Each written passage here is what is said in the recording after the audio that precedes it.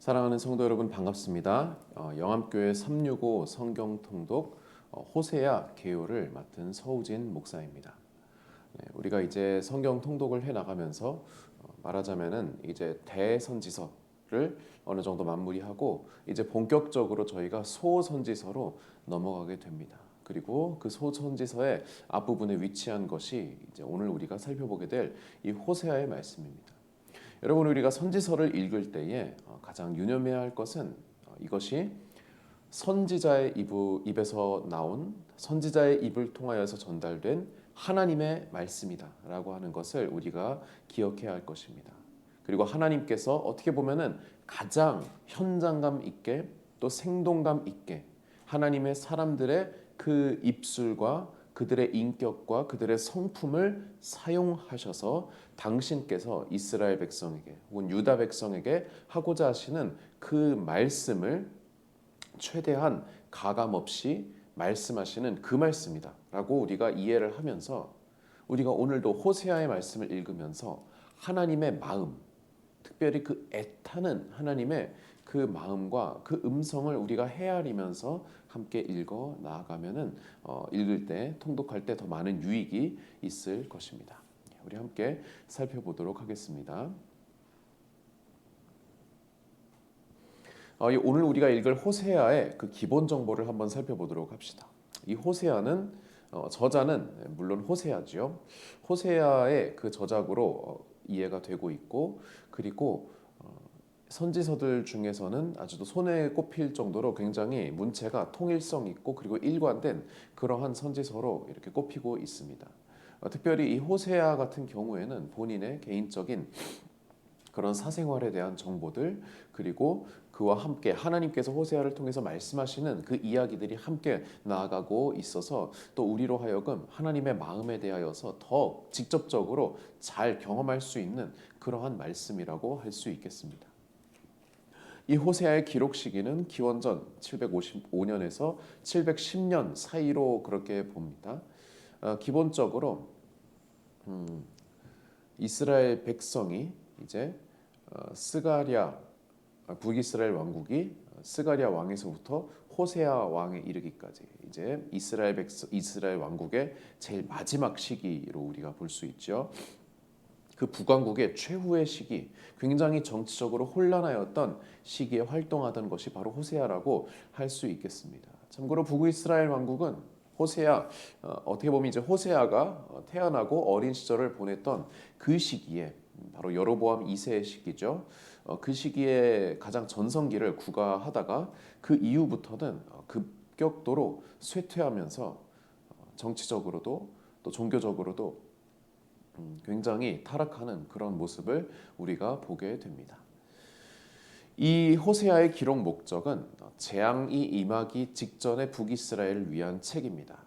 말하자면 이 호세아는 북이스라엘 멸망 직전 북이스라엘로 하여금 마지막으로 하나님께서 기회를 주시는 마지막으로 하나님께 돌아오라라고 그렇게 외치는 선지자의 메시지, 하나님의 메시지라고 보실 수 있습니다. 그러나 안타깝게도 북이스라엘의 백성들은 또한 왕들은 이런 호세아의 말을 듣지 않고 하나님의 말씀을 듣지 않고 자기의 옳은 대로 행하다가 결국에 멸망하게 되지요. 바로 그러한 목적으로 멸망 직전에 그 나라, 그 백성을 위하여서 애타는 마음으로 외쳤던 것이 바로 이 호세아라고 보실 수 있습니다. 이 호세아의 전체적인 배경이 있습니다. 아까 말씀드린 것처럼 호세아는 북이스라엘을 대상으로 한 그러한 선지서죠. 그런데 이때 당시가 북이스라엘이 정치적으로 종교적으로 굉장히 타락하던 시기였습니다. 종교적으로는 뭐 사실 북이스라엘이 이제 남북으로 이스라엘 왕국이 남북으로 갈려져서 북이스라엘이 생겨난 그 이후부터 종교적으로는 사실 계속 하나님과 멀리 떨어져 있었다라고 우리가 볼 수밖에 없지만 그러나 그것에 더해서 이제는 좀 정치적으로까지 실질적으로 이 북이스라엘의 마지막 왕들을 보게 되면은 제 명에 산 왕들이 없거든요. 대부분 다 암살당하고 반란이 일어나고 하는 극도의 정치적인 혼란을 경험하였습니다. 이러한 상황 가운데에서 이스라엘 백성 또 종교 지도자들은 계속해서 우상을 섬겼던 그러한 아주 안 좋은 상황 가운데 있었던 것이죠. 또 정치적으로 보게 되면은 국제적으로 보게 되면은 아수르라고 하는 신흥 강자가 이제 중동 지역에서 일어나게 됩니다. 이 서남아시아에서 아수르라고 하는 그 제국이 일어나면서 주변에 그런 작은 국가들을 전부 다 병합시키고 이제 마지막으로 서남아시아에서 가장 강력한 힘을 가지고 있었던 애굽과 맞붙으려고 그렇게 준비하고 있었던 단계였죠. 그런데 이제 아수르가 이쪽에 있다고 한다면은 애굽은 이쪽에 있고 그리고 이스라엘은 그 한가운데 있거든요. 그렇기 때문에 이스라엘 입장에서는 뭐 남유다도 마찬가지이지만 어느 쪽에 붙을 것인가, 어느 쪽과 동맹을 맺을 것인가라고 하는 것이 가장 국가 정책에 있어서 중요한 문제였습니다. 새로 일어나고 있는 아수르와 동맹을 맺을 것인가, 아니면은 전통적으로 강력했던 애굽과 동맹을 맺을 것인가 라고 하는 부분에 있어서 북이스라엘의 정치 지도자들은 애굽과 동맹을 맺기를 선택을 합니다. 그러나 결국 애굽의 군대 역시 아수르에게 패하고 이스라엘 왕국은 애굽과 동맹을 맺었던 그러한 선택의 책임을 지면서 아수르에 의해서 멸망을 당하는 그런 결과를 맺게 되지요. 그렇기 때문에 이 호세아에서도 정치적인 종교적인 타락을 또 사회적인 그런 타락을 지적하는가 하면은 그럼에도 불구하고 애굽과 손을 잡고 애굽과 동맹을 맺고자 하는 그런 어리석은 애굽에 기대려고 하는 그런 이스라엘 지도자들의 그 잘못된 선택에 대하여서 꼬집고 있는 그러한 구절들도 등장합니다. 이 호세아의 특징으로 한다고 한다면은 특별한 부분은 이 호세아는 예레미야에게 굉장히 영향을 많이 끼칩니다. 예레미야와 호세아가 일맥상통하는 부분이 있어요. 특별히 어떤 부분이냐면은 호세아는 북이스라엘의 마지막 시기의 선지자로 활동했고 예레미야는 반대로 남유다 왕국의 마지막 시기의 선지자로 활동했지요. 그렇기 때문에 멸망 직전에 자신의 조국을 바라보는 그 애틋함이 이 양 선지서에 그대로 나와 있습니다. 예레미야가 눈물의 선지자라고 하지요. 나라를 위하여서 애통했던 그런 선지자라고 하는데 호세아 역시 비록 분량은 훨씬 더 작지만 그러나 그러한 호세아의 애타는 마음 그리고 호세아를 통해서 말씀하시는 하나님의 그 애타는 마음이 잘 드러나 있습니다. 그리고 이 호세아는 또한 바울에게 중요하게 인용이 됩니다. 로마서 말씀을 보게 되면은 이 호세아에서 인용해오는 그런 구절들이 굉장히 많이 있어요. 그런 것들을 우리가 살펴볼 수 있을 것입니다. 이 호세아의 구조는 굉장히 간단 명료합니다. 먼저 1장부터 3장까지는 호세아의 결혼 이야기가 나옵니다. 물론 처음 모든 부분이 다 결혼에 초점이 된 것은 아니고 중간중간에 하나님께서 이스라엘 백성들을 향하여서 말씀하시는 그 말씀 그리고 호세아의 결혼이 호세아의 자녀들이 무엇을 의미하는가에 대한 그런 이야기가 또 많이 등장하지만 전체적으로 봤을 때는 하나님께서 호세아에게 고멜이라고 하는 그런 여자를 데려다 같이 살고 또 자녀들에게 이름을 지어라 라고 하는 그러한 내용들이 줄을 이루고 있습니다. 그러고 나서 4장부터 10장까지는 대략적으로 이스라엘 백성을 향한 심판의 말씀들이 나옵니다. 하나님께서 이스라엘 백성에 대하여서 이스라엘의 종교 지도자들을 책망하고 또 잘못 드려지고 있는 우상 숭배에 대하여서 책망하시고 그리고 백성들의 불성실한 회개 그리고 이스라엘 왕 정치 지도부에서 일어나는 여러 가지 권력 다툼들 그러한 것들에 대하여서 하나님께서 책망하시면서 심판이 있을 것이다 라고 그렇게 경고하시는 말씀이 4장과 10장에 등장합니다. 그리고 나서 11장부터는 이제 어조가 좀 바뀌게 됩니다.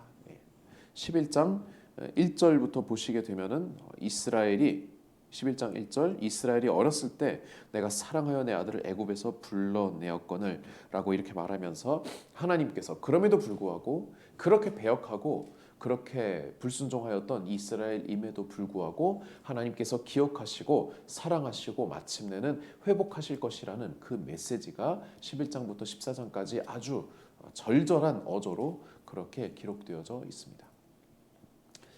한 가지 더 우리가 추가로 볼 것은요. 이 호세아 1장부터 3장까지 등장하는 호세아의 결혼 생활이 무엇을 의미하는가라고 하는 것을 한번 살펴보았으면 좋겠습니다.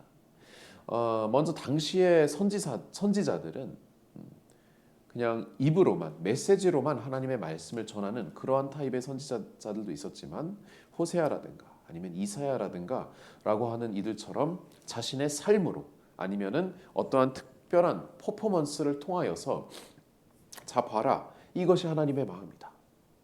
봐라 이것이 하나님께서 이스라엘 백성을 다루시는 방법이다라고 그렇게 이스라엘 백성에게 보여주는 그러한 말하자면 비주얼적으로 그렇게 이스라엘 백성에게 외치는 그런 선지자들도 있었는데 호세아는 그 중에서도 아주 특수한 경우죠.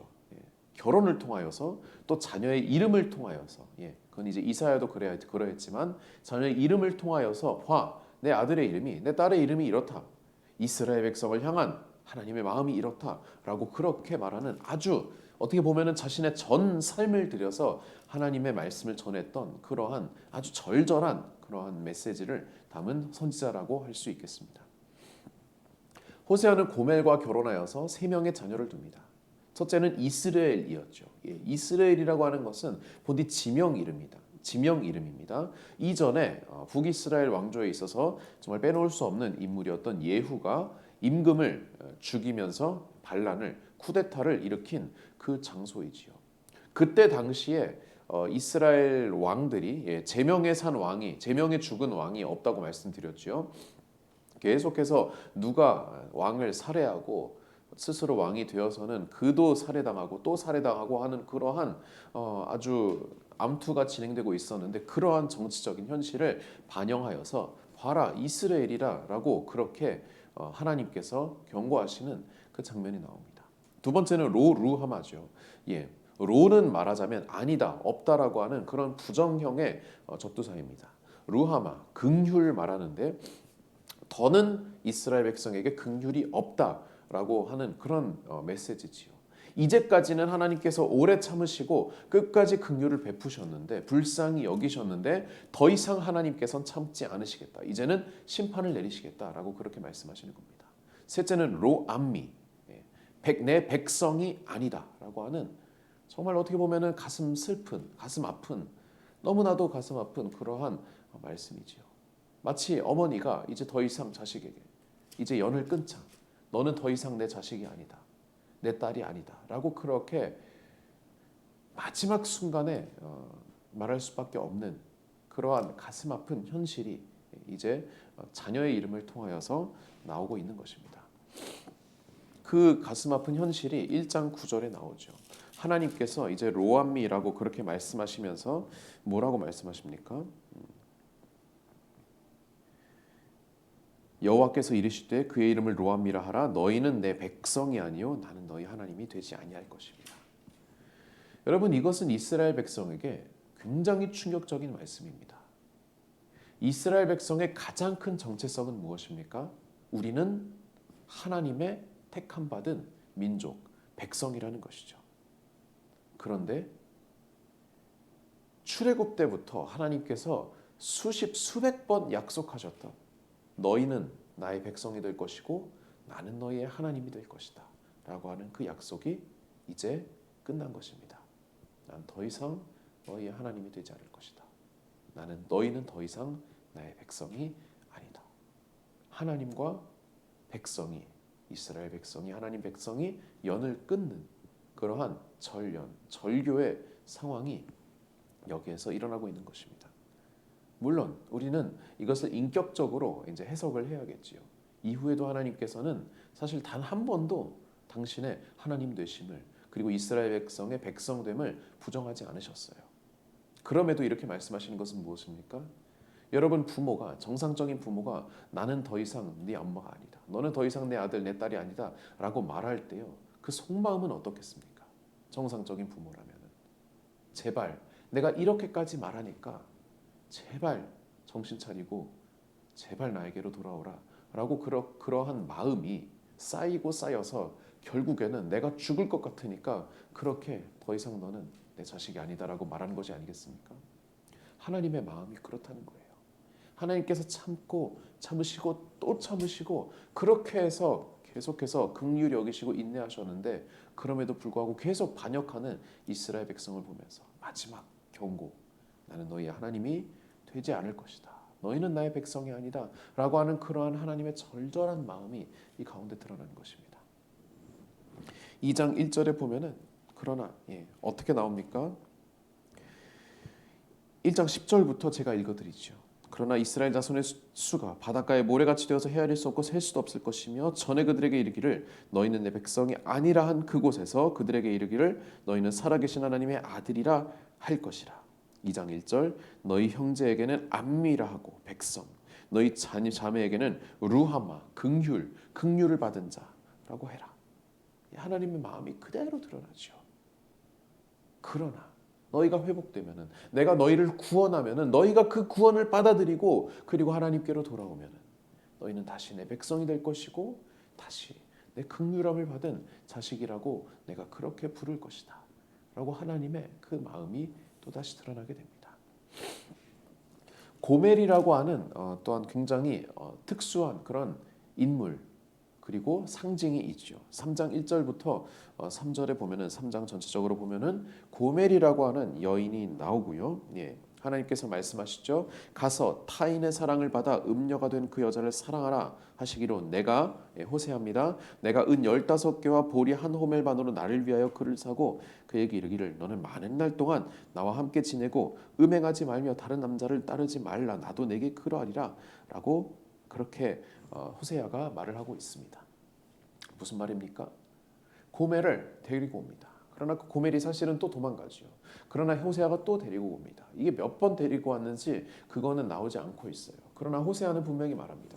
네가 나를 떠나게 되지 않을 때까지, 네가 다른 남자를 따르지 않게 될 때까지 나는 계속해서 너를 살릴 것이고 계속해서 너를 구속할 것이고 그리고 너를 사랑할 것이다 라고 그렇게 호세아가 말하고 있습니다. 여러분 이게 얼마나 곤욕적인 일입니까? 여러분 우리가 예를 들어서 청춘의 시절에도 나를 사랑하지 않고 다른 사람을 사랑하는 사람을 내가 짝사랑을 하는 그런 경험이 있는지 모르겠지만 그게 얼마나 가슴 아픕니까? 또 거기서 멈추는 것이 아니라 데리고 와서 살아야 돼요. 다른 남자를 사랑하고 있는데, 다른 여자를 사랑하고 있는데, 여러분 그게 말이 됩니까? 그러나 하나님께서 우리를 위하여서 그렇게 하셨다는 거예요. 이 고멜을 향한 호세아의 인내, 호세아의 긍휼, 호세아의 사랑은 말하자면은 이스라엘을 향한 하나님의 인내를 상징하고 표지하는 것입니다. 하나님의 마음이 이러하다. 여러분 이런 호세아의 기이한 행동을 보면서 주위 사람들이 야, 저 호세아 정말로 대단하다. 정말로 고멜을 사랑하나 보다. 정말 억지로라도 나는 그렇게 못하겠는데 라고 그렇게 감탄하지 않겠습니까? 그거를 보면서 봐라. 너희를 향한 이스라엘 백성을 향한 하나님의 사랑이 그러하다라고 호세아는 그 말 한마디를 하기 위해서 이러한 현실의 그러한 어려움을 지금 감내하고 있는 거예요. 우리를 향한 하나님의 사랑이 이러하다라고 하는 것을 호세아는 자신의 전 인생, 전 인격을 통해서 말하고 있는 것입니다. 마지막으로 호세아 11장 8절. 호세아의 정말로 보물과 같은 그러한 말씀들이 많지만 그 중에 제가 먼저 묵상하면서 참 마음에 와닿았던 말씀을 함께 읽으면서 마치도록 하겠습니다. 에브라임이여 내가 어찌 너를 놓겠느냐. 이스라엘이여 내가 어찌 너를 버리겠느냐. 내가 어찌 너를 아드마같이 놓겠느냐. 어찌 너를 스보임같이 두겠느냐. 내 마음이 내 속에서 돌이키어 나의 긍휼이 온전히 불붙듯 하도다. 우리를 향한 하나님 마음을 느끼면서 충분히 느끼면서 이 말씀을 묵상하시는 성도 여러분 되시기를 바랍니다. 이것으로 호세아 개요를 마치도록 하겠습니다. 계속해서 통독 가운데 하나님께서 큰 은혜 주시기를